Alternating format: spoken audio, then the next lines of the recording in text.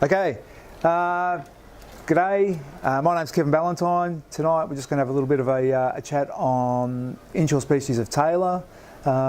Winter time is predominantly the time of year when we get our big run of Tailor, and you also tend to get your better quality fish.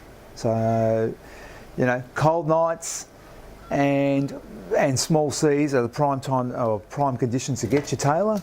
Now, obviously the pumping jetty here is a big draw card, and it gets a lot of attention from people. People come as far from Ipswich, Toowoomba, you know, even further north. So the quality of Tailor fishing on our beaches in winter is fantastic. For something a little less crowded, you've got beaches south of there. If you've got a little tinny, you can go across, and you can actually go across on South Stratty and go and fish the beaches up there, which are absolutely pristine, and you won't see too many other people, and you do tend to get a better class of fish up in that water if you can get up there.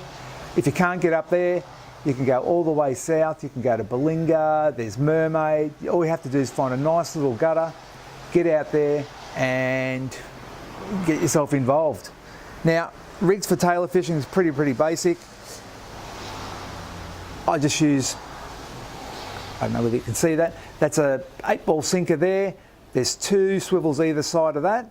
So the reason why we have that second swivel there is to stop that sinker shooting up the line when you go to cast. Very important, because if that sinker shoots up the line when you're casting, it will actually restrict the distance of your cast, and sometimes you do need to cast 60, 70, even 80 metres. As you can see, so that's pretty basic. Not too long a leader here. That's 40-pound leader, that's Jinkai. Anything in that sort of 30 to 50-pound range will suffice. Hooks, they're a 5.0 VMC, so you can use VMCs or mustards. They're both very good quality hooks. In between those hooks, we also have a little Shogun size 5 swivel, and that just allows you to have a little bit more flexibility when you're trying to pop your hooks into your pilly. If you don't have that swivel in there, the hooks can be sometimes quite rigid and stilted, and it can twist or contort your pilchard and make it not swim as good as this system. So that's our finished rig there. So that's about 20 inches from that hook knot to the first swivel there. That's perfect. I think everyone knows how to attach a pilly, but for those who haven't done it before, measure up your pilly. That lead hook needs to finish through the eye there. So again, measure that up. This pilchard's a little bit frozen at the moment, so we can see how that's going to end up. So we just go straight through there.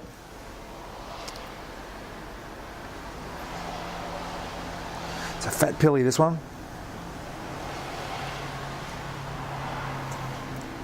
Through there, and that last one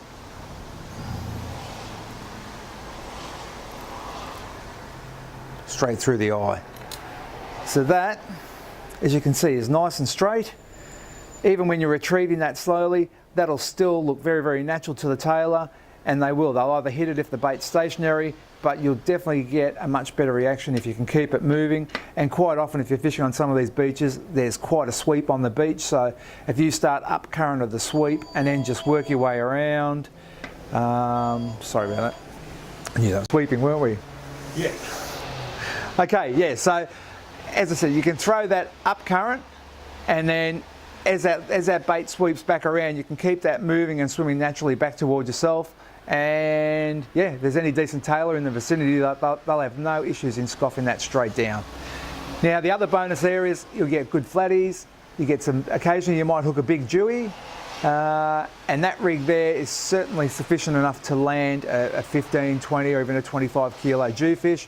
Same thing with everything. If you hook a larger fish than normal, just take your time and relax. You've done the hard part. The hard part's getting that hook into his mouth, so just chill out and enjoy it. The other thing with Tailor is that they're a fantastic eating fish, so they lend themselves very well to smoking. My personal favourite is I like to actually turn them into a smoked Tailor dip, which is very, very good and very good for freeloading mates. The smaller ones make good strip baits for other species as well. So by small I mean over 35 centimetres. You know, and if you're fishing, say, inside the seaway, they're also a very good bait for large jewfish. Again, if they're 35 centimetres, they work particularly well. Now, sometimes if the fish are really, really hot and you've had enough of using bait, you can switch to lures. That one there's a little samaki one. That one's called a flash. So it's a plastic coated slug.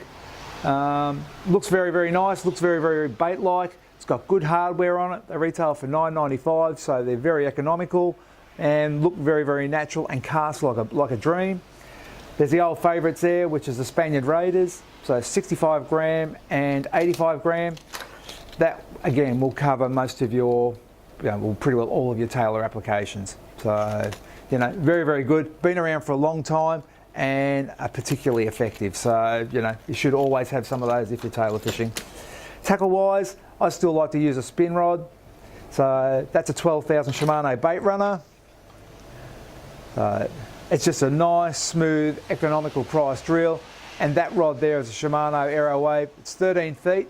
It's quite stiff. And again, that also aids in casting longer distances. And it's very, very lightweight as well. So if you're on the beach at night there, you know, sometimes it's a little bit slow in between bites. So you can, you know, that just doesn't get too heavy. Obviously there's the old favourite outfits, like, you know, a lot of people still use Elvies and Schneiders. Still a really good combination. But yeah, as time goes on, I think more and more people are starting to use spinning reels as opposed to Elvies. Elvies are great if you dunk them in the water. Obviously you can't do any damage. These guys, you have to be a lot more careful, and also too, you know, try and keep the sand away from it. So it's like this will stop you, even if you try and wade out a little bit, and, you know, everyone's trying to cast that little bit further. Waders will allow you to safely do that and also stay nice and warm and dry.